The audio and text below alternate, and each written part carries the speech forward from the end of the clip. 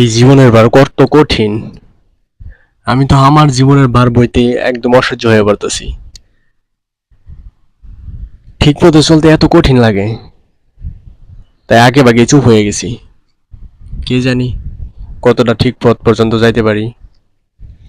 এখন আর খেয়াল খুশির অনুসরণ করি না আগের মতো।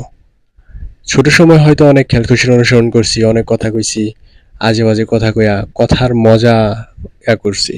কিন্তু এখন তো আয়সা দেখতেছি যে না, সত্যিকারের শুধু ফটফট করে কথা বলার মধ্যেই না, চুপ থাকার মধ্যে যে যে শান্তি অনুভব করে, এটাই হলো সত্যিকারের শান্তি, এটাই হলো সত্যিকারের মজা। আর খেয়াল খুশির অনুসরণ করে তো লাভ নাই। ওই ওটার পাপ নিজের ঘাড়ের মধ্যেই জমা হইতে থাকে। পুরাই বন্দি আমি, একদম বন্দি। হয় একেবারে ভালো হব, না হয় একদম খারাপ হয়ে যাব। এই দুইটা রাস্তায় আমার মধ্যে খোলা আছে।